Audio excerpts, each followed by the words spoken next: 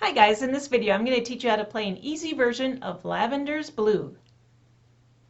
To start off, place your right hand thumb on D, pointer finger on E, middle finger on F, ring finger on G, and pinky on A. Your left hand thumb goes on middle C, pointer finger on B, middle finger on A, ring finger on G, and pinky on F. All set? Let's do it.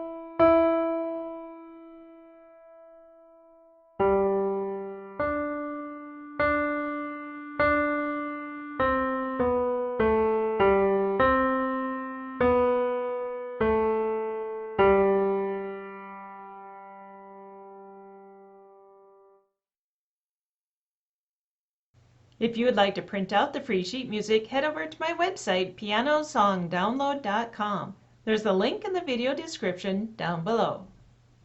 I hope you enjoyed this video. Be sure to like it and subscribe for future videos. See you next time.